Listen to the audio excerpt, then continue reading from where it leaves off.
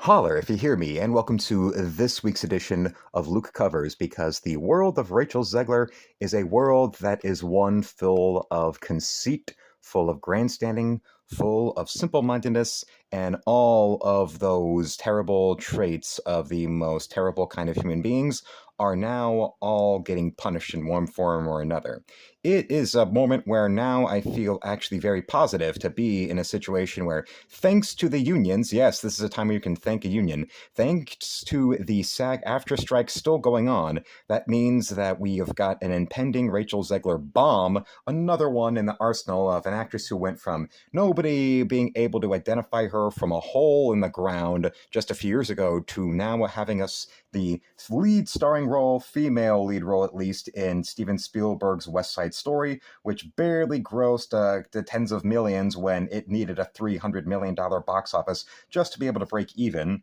But then again, remember, in Hollywood, it's not a matter of talent, it's a matter of who you know and who you let give you the Weinstein casting. And well, Steven Spielberg has been rumored over the years to not exactly be the most, let's just say, restrained man when it comes to being around actors in general. And also, it's actually very openly documented that the wife he's been with, that woman, this little Miss Kay Capshaw, well, they met on the set of Indiana Jones and the Temple of Doom, and he was cheating on his current wife at the time with her, as referenced by Family Guy. So the fact that the casting couch is still a thing in Hollywood, well, it's nice to get proven.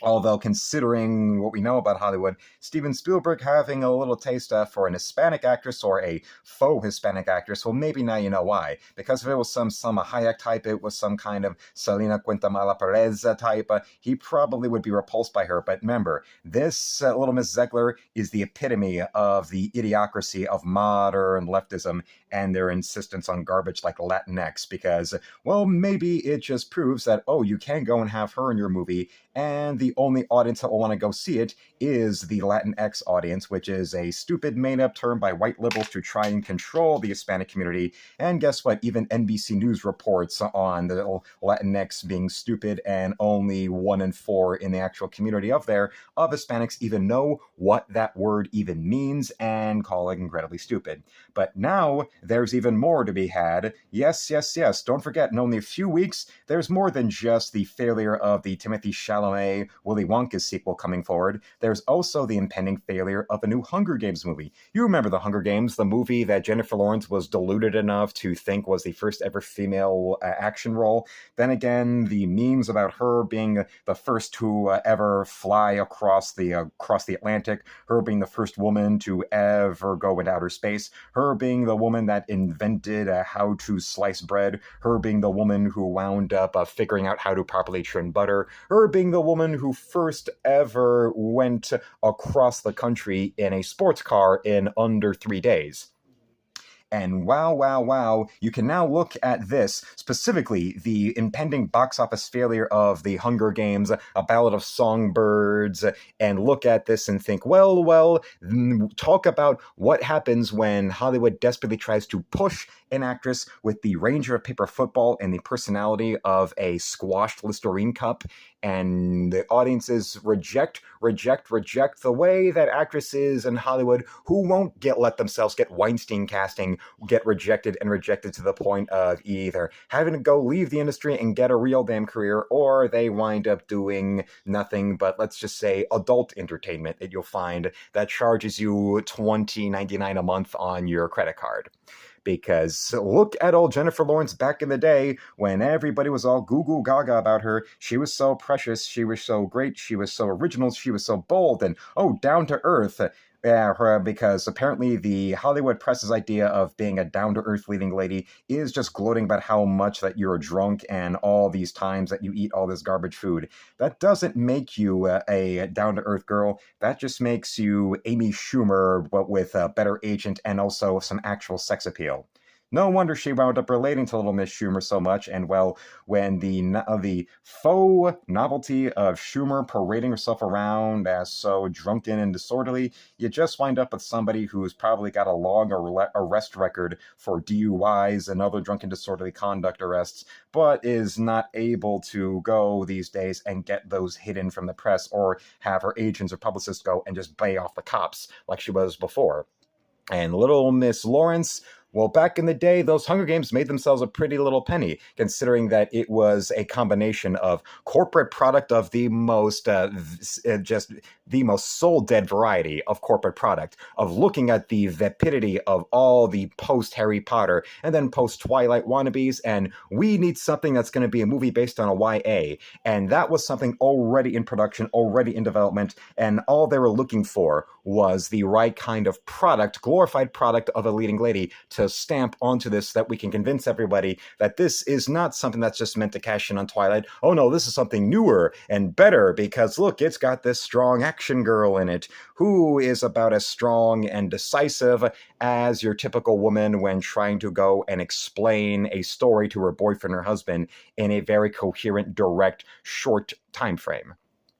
But the wool was pulled over everybody's eyes because she had everyone from major studios to, of course, Harvey Weinstein pulling the strings to convince you that good old J-Law was something great and something important. And she was able to follow her script both on screen and also in the whole publicity round world to make you think, oh my God, she's so cool, she's so great. When really, no, it was more of a performance of her acting like the cool girl, which in these days of Brie Larson and, of course, Rachel Zegler, is something I could understand you would actually miss of somebody like that who would know to use interviews and to use TMZ encounters as something to not go and make yourself out to be somebody that is as vapid and is as entitled and is as vindictive and is as insipid and is as hollow a person to look at as they are to speak to or to just simply interact with, like little Miss Zegler, the kind of woman who now in spite of there being so many major failures to her name, even for movies that aren't even out yet, like with Snow White. You already had West Side Story. You already now had the Shazam sequel. And now the biggest thing that's going to help save Snow White from complete failure immediately is that the release got pushed back. So now it means that's just Disney delaying the inevitable. And the fact that also we've got the Daily Wire coming in with our true favorite actress right there, Brett Cooper, to come in, and it's going to be advertised and it's going to be marketed and it's going to be released probably before this movie that we see. So it's going to end up in a situation where, by God,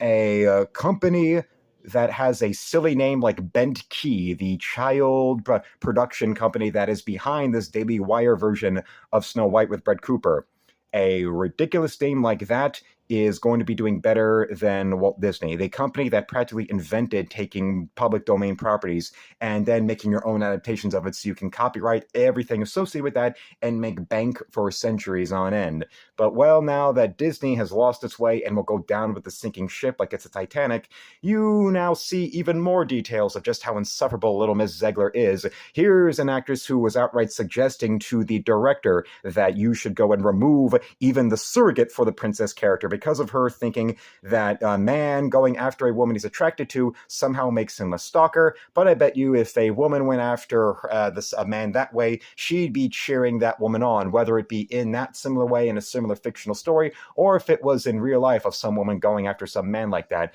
And I bet you she wouldn't be saying weird, while making the most insufferable little stroke-faced smirk you could ever possibly imagine. And you know it's bad when even a director like Mark Webb, yes, the director of The Amazing Spider-Man 2, is a man who is at the end of his rope with these insipid stupidity and corporate vapidity of what it is that he's supposed to direct with this Snow White remake and actively getting in her face about trying to get the character removed completely. Because even anything that would vaguely reference something where she is not the ultimate boss and all about power, which is her own words about how it's not going to be about love, it's going to be about power, because idiotic, brain-dead loser with third-wave feminists like her who live for that politically correct dogma have no ability to feel. Knowing how she's being handed everything despite not having the talent or success rate, it probably means that why she was handed all this was by selling her soul to Steven Spielberg. So when you do that to a Spielberg, the way Margot Robbie sold her soul to Scorsese and DiCaprio, the way Harvey Weinstein was able to purchase Jennifer Lawrence's soul,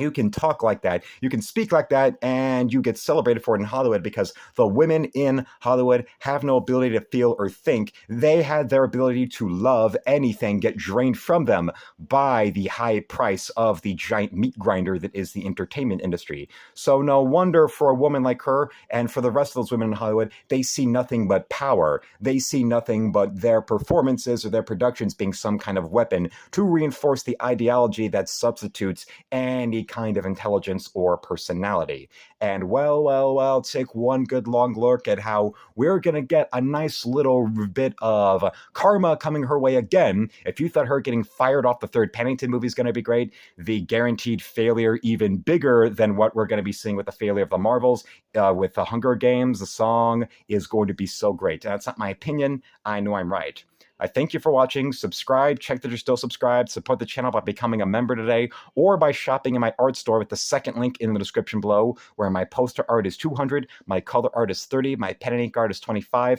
my sketchbooks are $25, and my trading cards are only $10. You can commission a color piece of art for $60, a pen and ink piece of art for $50, or a trading card art piece for only $20. Or you can donate in my store as well. Donations come from anywhere around the world, and even the minimum donation is appreciated because donations in my store go immediately to me instead of to YouTube. And if you live outside of America and you want to buy or commission me, just add up the prices of what you want in US dollars with another 25 US and make that as a donation. Your items will ship immediately. So thank you and beeline, slam it, lick it, suck it, and see you, Space Cowboy.